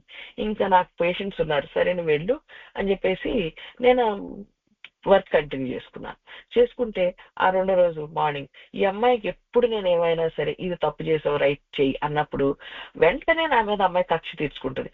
ఎలాగంటే మేము క్లినిక్ ఒక టైం స్టార్ట్ చేస్తాం అంటే దానికంటే గంట ముందు పిలిచేస్తుంది పేషెంట్స్ అందరినీ, పిలిచేసి అందరిని కూర్చోబెట్టేస్తుంది అనమాట. కూర్చోబెట్టేసి 10 మందిని కూర్చోబెట్టేసి మేడం వీళ్ళందరూ వచ్చేసారు మేడం మీరు వచ్చి చూడండి అంటది. నాకు ఇంట్లో పని అవ్వదు, కానీ ఆ అమ్మాయి ఆల్రెడీ ఇంకెంతమంది ఉన్నారంటే నేను ఖచ్చితంగా అన్ని వదిలేసుకుని వెళ్ళాలి. అట్లా ఎప్పుడు అన్కంఫర్టబుల్ చేస్తుంది, నాకు హడావుడి అయిపోతుంది అనమాట. సరే అని సరే ఈ అమ్మాయి నాకు ఇంతకు ముందు కూడా అలాగే ప్రవర్తించేది. నాకు ఎలా డిఫికల్టీగా ఉంటుందో పని అలా డిఫికల్ట్ చేసేస్తుంది. సో అప్పుడు సరే అని నేను ఇంట్లో పని వదిలేసి వెళ్ళిపోయాను. వెళ్ళి పేషెంట్స్ చూశాను. నేను వెళ్ళంగానే పేషెంట్స్ ఉన్నారు, తర్వాత అంతా ఖాళీ కూర్చున్నాం. మళ్ళీ వాపస్ వచ్చేయలేను కదా, అక్కడ ఒకసారి వెళ్ళాక అక్కడే ఉండాలి. సో నాకు ఇంట్లో పని అవ్వట్లేదు. మళ్ళీ సాయంకాలం మళ్ళీ ఒక టైం పెట్టుకుంటే ఆ టైం కాకుండా ముందే గంట ముందే పిలిచేసి, ఒక అరగంట ముందు పిలిచేసి, మేడం వచ్చారు మేడం అంది. సరే అని వెళ్తే తెలంగాణ ఉన్నారు కానీ తర్వాత మళ్ళీ పేషెంట్స్ లేరు. అదేంటి నువ్వు కొంచెం మేనేజ్ చేసి రిసెప్షనిస్ట్ అన్నాక ఈ టైంకి మీరు ఎంతమంది రండి, తర్వాత ఈ టైంకి ఎంతమంది రండి, ఈ టైంకి ఎంతమంది రండి, అట్లా అని ఒక 5 మందిని ఒక టైంకి, తర్వాత ఒక అరగంట తర్వాత ఇంకొక 5గురిని, ఇంకొక 5గురిని, అలా రోజంతా స్ప్రెడ్ చేసి పిలవాలి. అలా కాకుండా అందరినీ మార్నింగే పిలిచేసి అందరిని కూర్చోబెట్టేస్తే మాకు హడావిడి అయిపోతుంది. వాళ్ళందరూ విసుక్కుని పిల్లలు ఏడ్చి మళ్ళీ వాళ్ళని ఫార్మసీకి వెళ్ళి అక్కడ ప్రాబ్లం అయ్యి రష్ అయిపోతుంది కదా. అలా 2 రోజులు చాలా ప్రాబ్లం చేసింది. చేస్తే నాకు సరే నువ్వు మాట వినకుండా ఏడ్చావు వదిలేసి, కానీ నాకెందుకు నా మీద కక్ష కట్టి నువ్వు నాకు ఈక్వల్ కాదు కదా, నువ్వు నాకు సెక్రటరీ అంతే, నా కింద రిసెప్షనిస్ట్ నువ్వు, నేను అంటే ఇట్లా నాకు ఎంత డిఫికల్ట్ చేసావంటే నువ్వు ఇక పిల్లలు ఏడ్చి పేరెంట్స్ విసుక్కుని ఇట్లా ఎంత విసిగించేలాగా చేసావంటే అసలు నాకు ఎంత కోపం వచ్చిందంటే అప్పుడు నేను సరే అమ్మా ఇంక నువ్వు పని వదిలేసి వెళ్ళిపో అని అందాము అన్నంత కోపం వచ్చింది. కానీ దేవుడు భయపడి నేను అలా చేయకూడదు, దేవుడు చెప్తేనే చేయాలి, దేవనా నేను చేయమంటావు ఏం చేయమంటావు అని చాలా దిగమింగుకున్నాను అనమాట. అలా తగ్గించుకున్నాను. పిలిచి ఏంటమ్మా ఇట్లా చేస్తున్నావు అని కూడా నేను అడగలేదు. సరే ఓకే కంటిన్యూ చేయని అని చెప్పేసి ఇంకా అది మండే ట్యూస్డే అయింది, ఇట్లా వెడ్నెస్డే థర్స్డే ఇది జరుగుతూనే ఉంది. అయితే థర్స్డే నేను మా క్లినిక్ లో వాళ్ళందరికీ వాక్యాలు తీసుకుంటాను. మామూలుగా ఎవ్రీ వీక్ వాక్యాలు తీసుకుంటాను, ఎవ్రీ మంత్.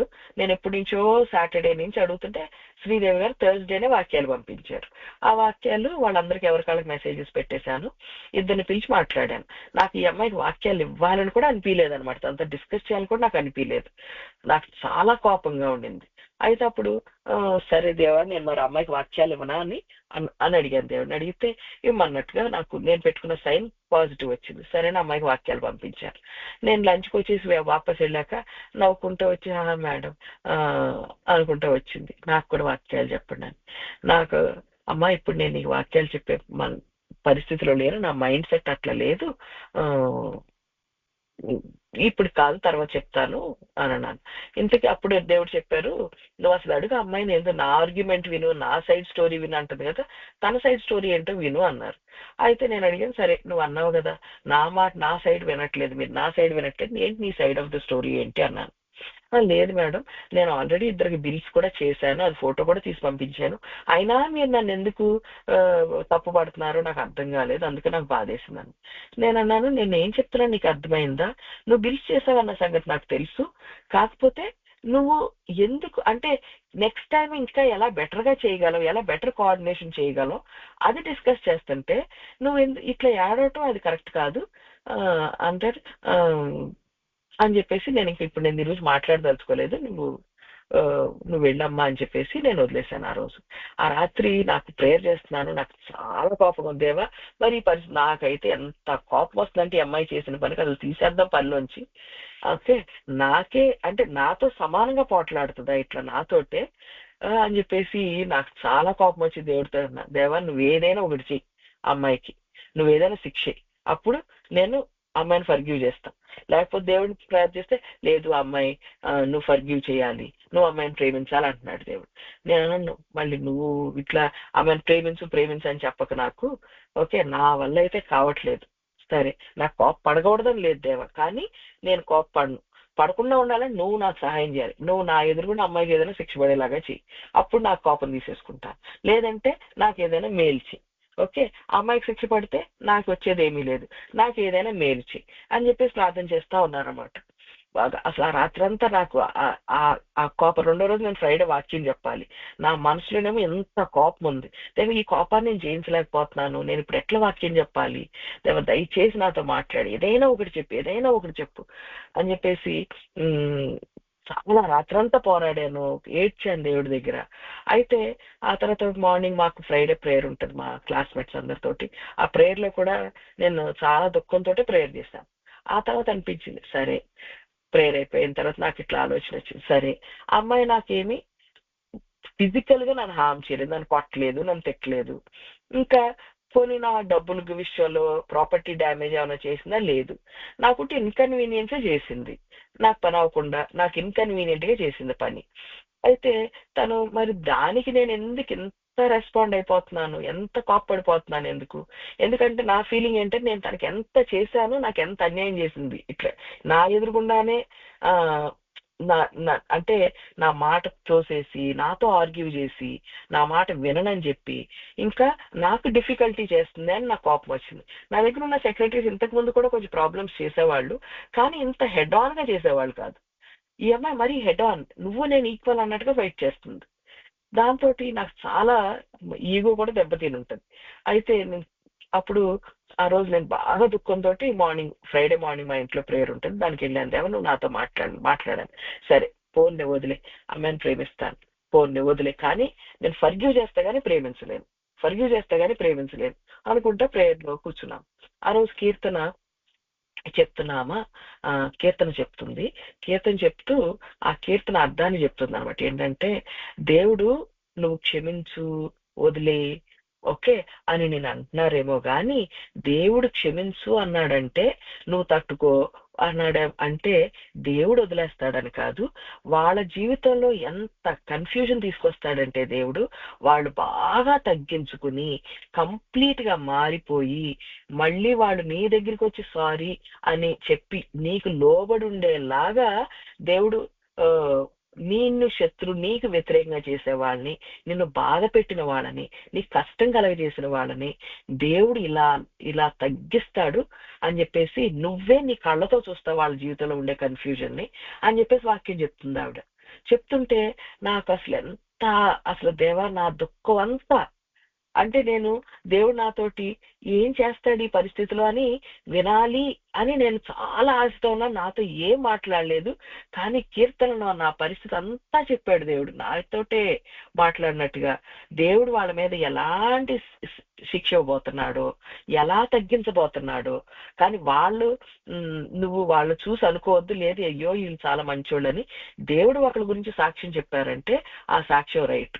దేవుడు ఏం చెప్తున్నాడు వాళ్ళ గురించి అంటే, దేవా నా ప్రాణాన్ని సింహాల నుంచి కాపాడు, నా ప్రాణాన్ని అంటే from the horns of the auxin, అంటే ఈ ఎద్దు కొమ్ముల నుంచి కాపాడదు ఇంగ్లీష్ లో వాక్యం. అంటే వాళ్ళు ఇట్లా సింహం లాంటి వాళ్ళు, నీ జీవితంలో ఉన్న వాళ్ళు ఇట్లా ఎద్దు లాంటి పొగరగల వాళ్ళు తగ్గించుకోరు, కానీ దేవుడు వాళ్ళని తగ్గిస్తాడని వాక్యం చెప్పారనమాట. చెప్తే అసలు నా కోపంగా అని అంతా దిగిపోయింది. అసలు పై నుంచి నీళ్లు పోసినట్టుగా నాలో ఉన్నది అంతా దిగిపోయి, దేవానికి చాలా వందనాలు, అంటే నేను ఫీల్ అయిన ప్రతి ఇమోషన్ నే దేవుడు చూశాడు అని చెప్పేసి, ఇంకా నేను ఇప్పుడు అమ్మాయి మీద కోపపడటం వేస్ట్, దేవుడు చూసుకుంటానంటే నాకెందుకు కోపం అని చెప్పేసి ఇంకా అసలు నాకు కంప్లీట్ గా కోపం పోయి ఈ రోజు అమ్మాయితో మాట్లాడమన్నాడు దేవుడు. ఏం మాట్లాడాలో కూడా చెప్పాడు, అది మాట్లాడేశాక ఆ తర్వాత నాకు అమ్మాయి గురించి క్లినిక్ అయిపోయాక ప్రేయర్ చేస్తుంటే నేను అన్నా, దేవా ఈ అమ్మాయిలో ఇలాంటి అంటే పగ తీర్చుకునే ఎంత మేలు చేసిన వాళ్ళ మీద అయినా సరే కొంచెం వాళ్ళని తన్నే ఉన్నంటే పగ తీర్చుకునే స్వభావం ఉంది. మరి ఇలాంటి స్వభావం వల్ల తను చాలా కోల్పోయింది, భర్తను కోల్పోయింది, ఇంకా జీవితంలో చాలా కష్టపడుతుంది. ఇదే స్వభావం కనుక కంటిన్యూ అయితే ఇంకా ఎంత నష్టపోతుందో తను. దయచేసి స్వభావం నుంచి ఆ అమ్మాయిని నువ్వు కాపాడుదేవా అని ప్రేయర్ చేసి తన గురించి బాగా అంటే చాలా ఫీలింగ్ తోటి ప్రేయర్ చేశాను అనమాట. తర్వాత ఈరోజు నాకు వచ్చిన వాక్యాలు ఏంటి వాక్యాలు దేవా అంటే, నేను ఇట్లా అమ్మాయిని ఇప్పుడు నేనేమనుకుంటాను, ఇంకా సరే కొంచెం దూరం పెడదాం అనుకుంటాను. దేవుడు అన్నాడు, ఇంతకు ముందులాగానే ఆదరించు, ఇంతకు ముందులాగానే బాగా మాట్లాడు, ఇంతకు ముందులాగానే ప్రేమించు, కానీ ఆ అమ్మాయి నీకు లోబడి ఉంటది, నీకు మేలు చేస్తుంది, నీ మనిషి నువ్వు ఎక్స్పెక్ట్ చేయొద్దు. అమ్మాయి ఎప్పుడు నీకు ఎదురు తిరుగుతుంది. కానీ అయినా నువ్వు ప్రేమించాలి, ఎందుకంటే తిని నువ్వు ఏర్పాటు చేసిన, నీ కోసం ఏర్పాటు చేయబడిన మనిషి, ఈ అమ్మాయి నువ్వు కానాన్లోకి నడిపించాలి అన్నాడు దేవుడు. అయితే సరే దేవా, నువ్వే నాకు ఇంత చేస్తానని చెప్పిన తర్వాత నేను ప్రేమించడంలో ఏముంది, నేను అలాగే ప్రేమిస్తాను, అలాగే ఆదరిస్తాను అనుకున్నాను. అయితే ఈ పరిస్థితి అంతట్లో నాకైతే ఆ అమ్మాయిని అసలు వెంటనే ఉద్యోగాలను తీసేద్దామని, నాకు ఉద్యోగాలను తీయటం సెకండ్లో పని. నువ్వు వెళ్ళమ్మా, ఇంకొకరు చూసుకుంటానని ఇంకొక రోజు నాకు ఇంకొకరు దొరుకుతారు, ఆ రోజే దొరుకుతారు నాకు ఇంకొకరు కూడా, ఇంకా నాకు 4-5 వెయిటింగ్ జాబ్ కోసం. అలాంటిది కానీ నన్ను అమ్మాయి హెడ్ ఆన్ గా నాకు డిఫికల్ట్ పొజిషన్ చేసినా సరే, నా మాట వినకపోయినా సరే సరే అని భరించుకోవటమే బలం. అంటే తీసేయగలిగిన స్థితిలో ఉండి కూడా తీయకుండా అమ్మాయిని ఉద్యోగాలు కంటిన్యూ చేయనివ్వటమే బలం. అంటే అది నా వల్ల అయితే కాదు, కానీ దేవుడు కీర్తనతో మాట్లాడి నన్ను ఎంతో బలపరిచాడు. ఈ టైంలో సాతానేమనుకున్నాడు, ఎలాగైనా అమ్మాయితో నాకు ప్రాబ్లం చేయించి ఇప్పుడు అమ్మాయిని ఉద్యోగాలను తీసేస్తాను. ఆ అమ్మాయి అప్పుడు ఇలాంటి నడిపింపులో, ఆమెను ఆదరించే నడిపింపులో, వాక్యం చెప్పే నడిపింపులోకి దొరకటం కష్టం. అప్పుడు దీనిలోంచి అమ్మాయి వెళ్ళిపోతే కృంగిపోతుంది, ఇంకా కృంగిపోయి ఇంకా కోపం పెట్టుకుంటుంది, ఇంకా దేవుడికి దూరం అయిపోతుంది. అప్పుడు కానీ అలా కాకుండా సాతాను నా ద్వారా అమ్మాయిని తోసేయాలనుకున్నాడు. కానీ నా కాళ్ళను దేవుడు సాతాను కంటే వేగంగా పరిగెత్తి ప్రేమించటంలో నన్ను నిలబెట్టాడు దేవుడు. అలా నన్ను నిలబెట్టి ఎత్తైన స్థలంలో ఇప్పుడు నేను తగ్గింపుతోటి అమ్మాయి కోసం, దేవా అమ్మాయిని నువ్వు రక్షించు, అమ్మాయి ఈ నేచర్ తోటి అమ్మాయి ఇట్లాగా ఏంటి రక్షణ లేని స్థితిలోకి వెళ్ళకూడదు అని చెప్పేసి ప్రార్థన చేస్తున్నాడు నాతోటి. అది ఎత్తైన స్థలంలో నడిపించటం అంటే, కాళ్ళను లేడి కాళ్ళ వలె చేయటం అంటే. మనమైతే అది చేయలేం, మనమైతే తట్టుకోలేం, మనమైతే వెంటనే కోపపడిపోయి ఉద్రేకపడిపోయి కోపం ప్రదర్శించి ఇలా ఇంకొకరికి నష్టం చేసి ఏంటి వాళ్ళని మనం పట్టించుకునేది ఏంటి, ఓకే లేకపోతే నేను చేయలేనా, అంటే నీకంటే పెద్ద అంటే మంచి వాళ్ళే దొరుకుతారు నాకు సెక్రటరీస్ అని నేను కూడా పౌరుషంగా మాట్లాడొచ్చు. అలా చేస్తే నేను బలహీనరాలు. కానీ మనం ఎవ్వరం కూడా బలంగా ఉండలేం. మనకి ఎవరైనా అన్యాయం చేసినప్పుడు మనకి ఇలాంటి కోపమే వస్తుంది. కానీ దేవుడు మనతో ఉన్నట్లయితే ప్రతి దానిలో మనం, ఇప్పుడు యోబు గ్రంథంలో కూడా చెప్తాడు. ఇప్పుడు యోబు 5వ అధ్యాయం 12వ వచనం చూసినట్లయితే, అట్లు ఆయన దీనులను ఉన్నత స్థలములో ఉంచును. మనం దీనుల్లాగా, దేవా ఈ పరిస్థితుల్లో ఏం చేయాలి నాకు తెలియట్లేదు, నాకు సహాయం చేయి అని గనక మనం దేవుడి దగ్గరికి వచ్చినట్లయితే ఆయన మనల్ని ఏం చేస్తాడు, ఉన్నత స్థలములో, దేవుడు దిగొచ్చే స్థలంలో, అంటే దేవుడు వాక్యం మనకు కలిగే స్థలంలో, మనం బలపడే స్థలంలో దేవుడు మనల్ని ఉంచుతాడు. దుఃఖపడు వారిని క్షేమమునకు లేవనెత్తును. నేను ఇక్కడ బాగా దుఃఖపడాను, ఏంటి ఈ కోపాన్ని జయించాలి, ఎందుకంటే నాలో ఉన్న కోపాన్ని జయించాలి, నేను ప్రేమించగలగాలి. నాకేం ప్రేమ రావట్లేదు, కానీ నేను ప్రేమించగలగాలి. దేవాన్ని ప్రేమ నా హృదయంలో పోయి అంటున్నాను. అలా నేనంత దుఃఖంతో ఈ కోపాన్ని జయించాలి అనుకున్నాను. కాబట్టి దేవుడు ఆయన మాటలతో నాకు క్షేమ స్థితిని కలగజేశాడు. నా మనసుకి క్షేమం వచ్చేసింది, నేను బాధపడవలసిన అవసరం లేకుండా. అప్పుడు ఆ క్షేమ స్థితికి నన్ను లేవనెత్తాడు కాబట్టి నేను క్షేమంగా ఉన్నాను. కాబట్టి ఇప్పుడు అమ్మాయికి నేను మేలు చేయగలను, నేను బలంగా ఉండగలుగుతున్నాను. అయితే మరి ఇలా మనం గనక మనకొచ్చే ప్రతి శోధనలోనూ దీనత్వంతో దేవుడి దగ్గరికి, దుఃఖంతో వచ్చిన దేవా నేను జయించాలి, ఈ పరిస్థితిని నేను జయించాలి, జయించే శక్తిని నాకు ఇవ్వు, నాకు ఇక్కడ అన్యాయం జరుగుతుంది కానీ నేను సాతాను వలలో నేను చిక్కుపడకూడదు అని చెప్పి మనం ఇలా దీనత్వంతో దేవుడి దగ్గరికి వచ్చినట్లయితే మనల్ని ఖచ్చితంగా ఆయన ఉన్నత స్థలంలో నుంచోబెడతాడు. మరి మనలందరినీ మనం ఎందుకు తట్టుకోవాలి, అసలుకి మనం ఎందుకు బలంగా ఉండాలి? మనం కూడా అందరిలాగా ఉండొచ్చు కదా. కానీ మనం ఎందుకు పిలువబడ్డాం? మన పిలుపు ఏంటండి? మన దేవుడు అన్యజనులకి మనం పరిచారకులుగా మనం పిలిచాడు దేవుడు. మనం రోమా గ్రంథం 15వ అధ్యాయం మనం చూసుకున్నట్లయితే ఇక్కడ పౌలు భక్తుడు చెప్తున్నాడు ఏమని, నేను అన్యజనులు విధేయులగినట్లు 18 చూసుకున్నట్లయితే వాక్యము చేతను, ఓకే క్రియ చేతను గురుతుల బలము చేతను, మహత్కార్యముల బలము చేతను, పరిశుద్ధాత్మ బలము చేతను, క్రీస్తు నా ద్వారా చేయించిన వాటిని గూర్చే గాని మరి దేని గురించి మాటలాడ తెగింపను. అయితే ఈయన అంటున్నాడు 15లో, అయితే అయినను అన్యజనులు అను అర్పణము పరిశుద్ధాత్మ వలన పరిశుద్ధపరచబడి ప్రీతికరమగునట్లు నేను సువార్త విషయమై యాజక ధర్మము జరిగించుచు దేవుని చేత నాకు అనుగ్రహింపబడిన కృపను బట్టి అన్యజనుల నిమిత్తము యేసుక్రీస్తు పరిచారకుడ నైతిని. ఇలా మన కోసం కూడా ఇట్లా పౌలు భక్తుడు అన్యజనులకు ఎలా పరిచారకుడు అయ్యాడో మనకు కూడా దేవుడు మనల్ని యాజకులుగా పిలిచాడు దేవుడు, మన యాజక ధర్మం చేయటానికి. యాజకులు ఏం చేస్తారండి? వాళ్ళ పాపాలు క్షమించమని అడుగుతారు, వాళ్ళ పాపాలు క్షమాపణ అడుగుతారు, ఇంకా మిగిలిన వాళ్ళందరి పాపాలు కూడా క్షమించమని అడుగుతారు దేవుడి దగ్గర. రోజు విజ్ఞాపనలు చేస్తారు. ఎవరైతే బలహీనులుగా ఉంటున్నారో, ఎవరైతే మాట వినకుండా ఉంటున్నారో వాళ్ళకి కొంచెం నెమ్మదిగా చెప్పి వాళ్ళని కూడా దేవుడి మార్గంలో తీసుకొచ్చే పని చేసేది యాజకులు. ఇప్పుడు ఆ యాజక ధర్మం మనందరికి ఇచ్చాడు దేవుడు. మనందరికీ కొందరు మనుషులు ఇచ్చాడు. మరి ఆ మనుషులతోటి మనం ఎలా ఉండాలి, ఎలా ప్రవర్తించాలి? వాళ్ళందరూ కూడా ఈ పౌలు భక్తుడు ఏం చేస్తున్నాడు? అన్యజనులు విధేయులు, మనకి ఇవ్వబడిన వాళ్ళు విధేయులాగా అవ్వాలంటే మరి వాక్యము చేత వాళ్ళు ఎలా పట్టుకోవాలంట?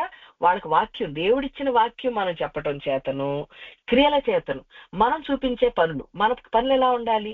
మనం ప్రేమను చూపిస్తూ, వాడు మనకు అన్యాయం చేసినా సరే మనం ఇంకా ప్రేమను చూపిస్తూ న్యాయం చేస్తూ, గురుతుల బలము చేతను మనం గుర్తుపెట్టు. నేను అన్నాను, దేవా మరి అమ్మాయికి వాక్యం ఇవ్వనా వద్దా, ఈ రోజు ఇవ్వనా వద్దా, అన్ని గుర్తులు పెట్టుకుని నేను చేశానన్నమాట.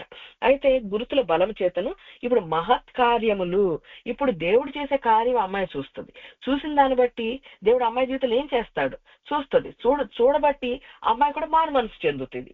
అలా గురుతులు మహత్ కార్యములు, మనందరి పరిచర్య మహత్ కార్యాలు ఉండాలి.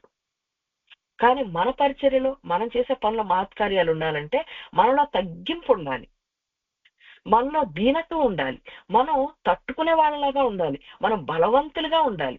ఇలా బలవంతులుగా నీ పైన ఏది వేసినా, యేసుక్రీస్తు వారి మీదకి ఏ త్రో చేసినా సరే, ఉమ్మేసినా, దెబ్బలు కొట్టినా, ముళ్ళ కిరీటం పెట్టినా, ఆయనతో సిలువ మోయించినా ఆయన బలవంతుడుగా ఉన్నాడు. మరి పరిచయం అంటే నేను నా ఉద్యోగంలో నా దగ్గరికి వచ్చేవాళ్ళు నాకు చాలా రెస్పెక్ట్ఫుల్ గా, నాకు వాళ్ళు డబ్బులు ఇచ్చి మళ్ళీ నాకు చాలా రెస్పెక్ట్ఫుల్ గా ఉండి నా మాట విని నేనేం చెప్తే అది విని వెళ్తారు. నాకు అదే అలవాటు. ఈ పరిచయంలోకి వచ్చిన తర్వాత ఎవరికైనా వాక్యం చెప్తూ కొందరు చూశాను, పరిచయంలో చాలా డిఫికల్ట్ గా ఉంటారు. ఏంటో నేను వాళ్ళకి చెయ్యాలి, I owe it to them, నువ్వు చేయకేం చేస్తావు అన్నట్టుగా ఎప్పుడు పడితే అప్పుడు ఫోన్లు చేస్తారు. నా పేషెంట్స్ అయితే నాకు ఎప్పుడు ఫోన్లు చేయరు, నేను అసలు ఫోన్ ఆన్సర్ చేయను, మా రిసెప్షనిస్టే చూసుకుంటారు. కానీ ఈ పరిచయంలో ఎప్పుడు పడితే అప్పుడు ఫోన్లు చేయటం, ఏది పడితే అది అడగటం. ఒక్కసారి నేను బిజీగా ఉన్నాను, నేను మీటింగ్ లో ఉన్నాను, నేను పేషెంట్ చూస్తున్నా సరే కాదు, అయినా ఫోన్లు వస్తూనే ఉంటాయి అనమాట. అమ్మ నేను బిజీగా ఉన్నానన్నా సరే వాళ్ళ పని చెయ్యాల్సిందే, అలా ఉంటది. కానీ ఇదేంటబ్బా పరిచయం ఎలా ఉంది, నువ్వు ఇప్పుడు చేస్తావా లేదా, నాకు ఇది కావాలి నువ్వు చెయ్యి అన్నట్టు ఉంటది. భలే అంటే అసలు నేను అనుకున్నప్పుడు అయ్యో ఈ సేవకుల్ని మనుషులు చాలా చీప్ గా చూస్తారనమాట. అంటే అసలు వాళ్ళంటే రెస్పెక్ట్ ఉండదు. ఇప్పుడు నాకు కావాలి నువ్వు చేయకేం చేస్తావు అన్నట్టు వస్తారు ఒక సేవకుడి దగ్గరికి. నాకు ఈ అవసరం ఉంది, ఇప్పుడు నువ్వు చెయ్యాలి, నువ్వు అంటే ఏదో వాళ్ళ అంటే you oh it to me, నాకు చేయాల్సిందే, నువ్వు చేయకేం చేస్తావు అన్నట్టు వస్తారనమాట. నాకు ఈ నేచరు అసలు నా ప్రొఫెషన్ కి, ఈ పరిచర్యలో ఉండే మనుషుల స్వభావానికి, నా దగ్గరికి వచ్చే మనుషులు, నా ఉద్యోగంలో నా దగ్గరికి వచ్చే మనుషులు ఎలా ఉంటారు, పరిచర్యలో మనుషులు ఎలా ఉంటారు, చాలా డిఫరెంట్గా ఉంది. నాకు ఇది అబ్బాయి ఏంటి పరిచర్య అంటే ఇలా ఉంటారా, ఇంత అసలు టేక్ ఇట్ ఫర్ గ్రాంటెడ్ లాగా ఇష్టానుసారంగా మాట్లాడతారు, ఇలా ఉంటదా అనిపించింది అనమాట. అప్పుడు నాకు అసలు అయ్యగారి మీద కానీ మేడం గారి మీద ఎంత రెస్పెక్ట్ పెరిగిపోయిందో అసలు. అబ్బాయి ఎలాంటి వాళ్ళు తట్టుకోవాలి కదా వీళ్ళు. పరిచయం అంటే ఎవరైనా రావచ్చు, మరి వాళ్ళు నీకు డబ్బులు ఇవ్వరు, వాళ్ళ వల్ల నీకు ప్రయోజనం ఉండదు, అయినా సరే నువ్వు మెల్లగా మాట్లాడుతూ ప్రేమిస్తూ ఉండాలి.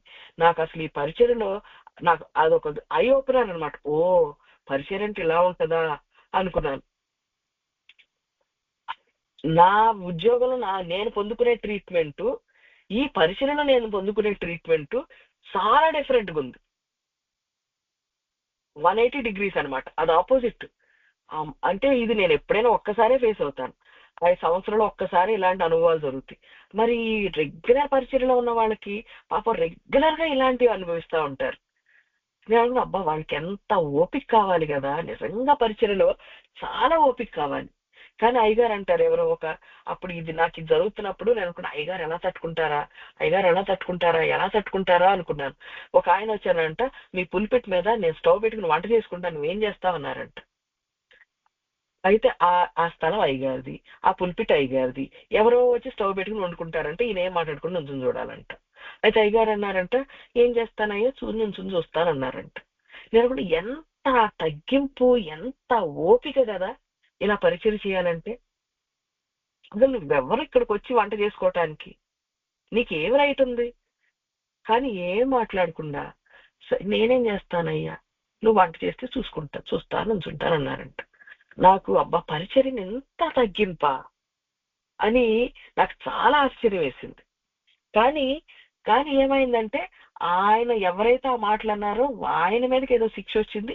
ఆయనే వచ్చి అయ్యగారు నాకు ప్రార్థన చేయండి అనుకుంటూ వచ్చారు. అది మహత్కార్యం.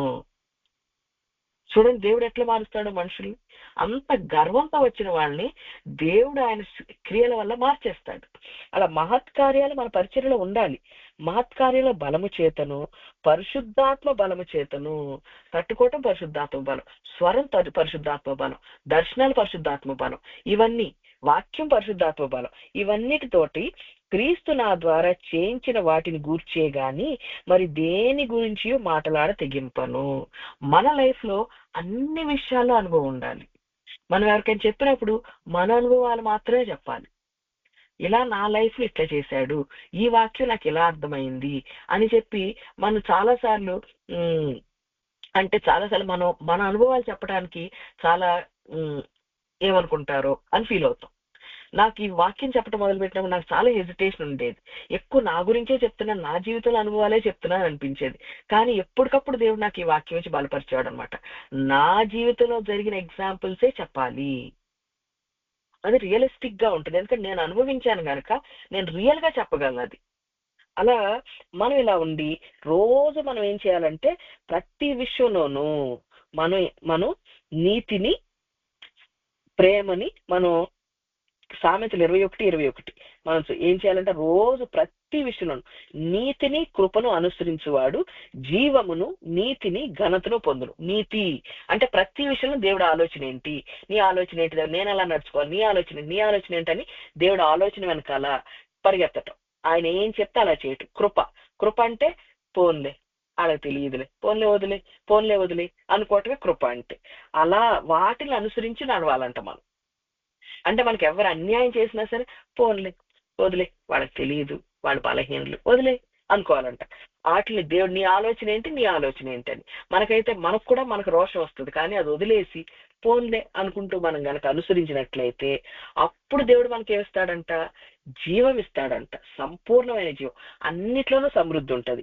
నీతి ఇంకా ఘనత, ఆయన ఆలోచన మన పట్ల ఏంటి. అబ్రహాం ఏం చేశాడండి, విశ్వాసులకు తండ్రిని చేశాడు. దావీదునేమన్నాడు, నా హృదయానుసారుడు అన్నాడు. అది దేవుడు నీతి, అది మన జీవితంలో ఇస్తాడంట.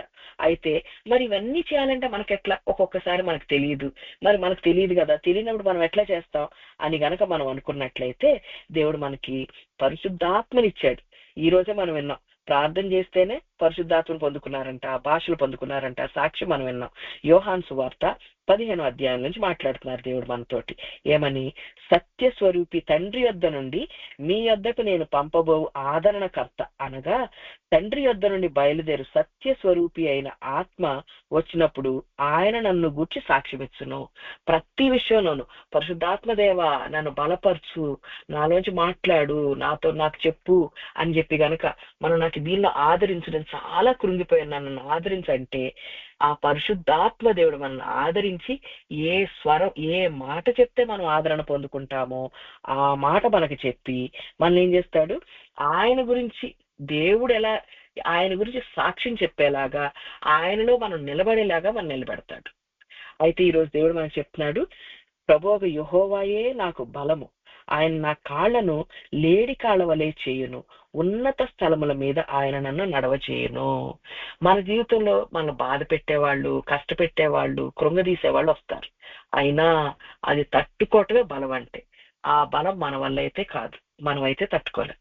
రోజు ప్రతి పరిస్థితిలోనూ దేవా మరి దీనిలో నీ ఆలోచన ఏంటి, నన్ను బలపరుచు, నీ ఇష్టంగా నేను నడుచుకునేటువంటి ఆ శక్తిని నాకు దయచేయి అని మనం రోజు ప్రతి పరిస్థితికి దేవుడిని అడిగినట్లయితే మనకి ఎలాంటి ఆలోచనలు ఇస్తాడంటే, మనం సాతాను వలలో చిక్కకుండా, పాపంలో పడిపోకుండా లేడి కాళ్ళ వల్లే మనం పరిగెత్తగలుగుతాం ఉన్నతమైన స్థలాల మీదకి. అంటే దేవుడు స్వరం వినే స్థలం దగ్గరికి, దేవుడితో కలిసి ఉండే స్థలం దగ్గరికి మనలో తగ్గింపుతోటి దేవుడు మనం నడిపిస్తాడు.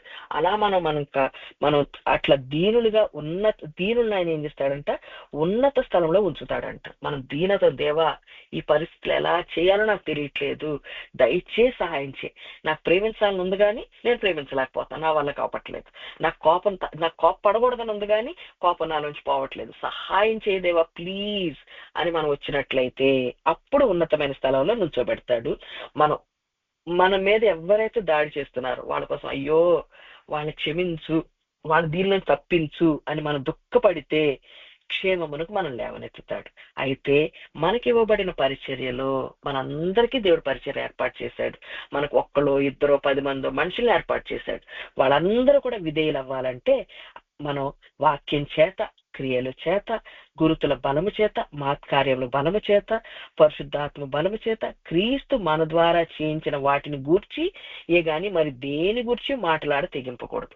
మన జీవితంలో సాక్ష్యాలు ఏమేం చేశాడో దేవుడు చెప్పడానికి మనం భయపడొద్దు, జంకొద్దు, ఏమనుకుంటారో అనుకోవద్దు. అది మనం చేయాల్సిన మన ధర్మం.